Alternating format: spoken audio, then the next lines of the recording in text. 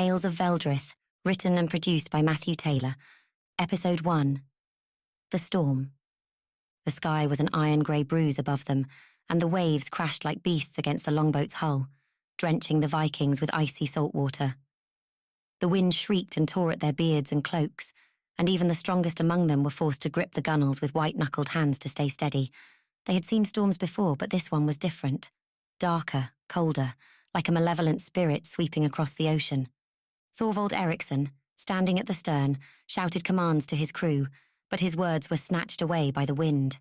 His blue cloak billowed like a torn sail, and he fought to keep his footing as the longboat pitched and rolled. The oarsmen struggled against the storm's fury, but the sea fought back with relentless force, pulling them off course, its waves rising as tall as mountains. Lightning split the sky, illuminating the terrified faces of the men. Thorstein, a stout warrior with arms as thick as oak branches, was clutching his amulet of Thor's hammer, muttering prayers to the gods.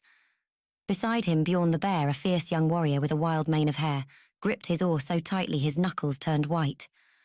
"Odin's eye is upon us," he bellowed, but his voice was swallowed by another rumble of thunder. The rain began to fall, sharp and stinging like needles, soaking their woolen cloaks and chilling them to the bone. The boat lurched violently to one side, and a wave crashed over them, sweeping a few men off their seats and into the chaos at the bottom of the vessel. Thorvald managed to hold his ground, but he felt his heart race as he watched one of the younger oarsmen slip, nearly going overboard before another man grabbed his arm and pulled him back. "Hold steady," Thorvald roared. "The storm won't break us if we don't let it." The Vikings clung to their faith in the gods, their faces set in grim determination. They were not strangers to hardship, and they knew storms were often tests of strength and resolve. Yet the relentless force of the tempest bore down on them, and it seemed as if the very spirits of the sea had risen against them. One wave surged taller than any before it, casting its shadow over the boat like a hand poised to crush it. Thorvald saw it coming, his eyes widening as he braced himself. The wave crashed down, knocking him to his knees and sweeping a shield and an axe into the frothing sea. A few of the men let out cries of terror, their voices swallowed by the roar of the ocean. As the boat bucked and twisted, Thorvald caught sight of the distant shoreline, a dark line barely visible on the horizon.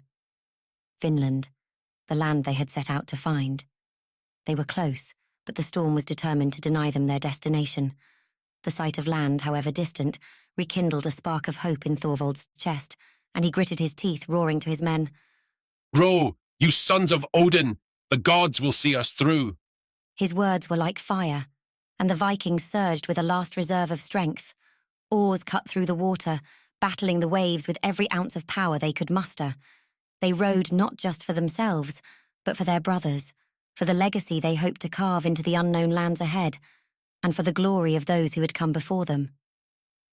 The storm's fury did not abate, but with each stroke they inched closer to Vinland, defying the storm's wrath. They knew that even if they fell, their names would echo in the halls of Valhalla, a song sung by their kin for generations. They were Vikings, and no storm would shatter their will.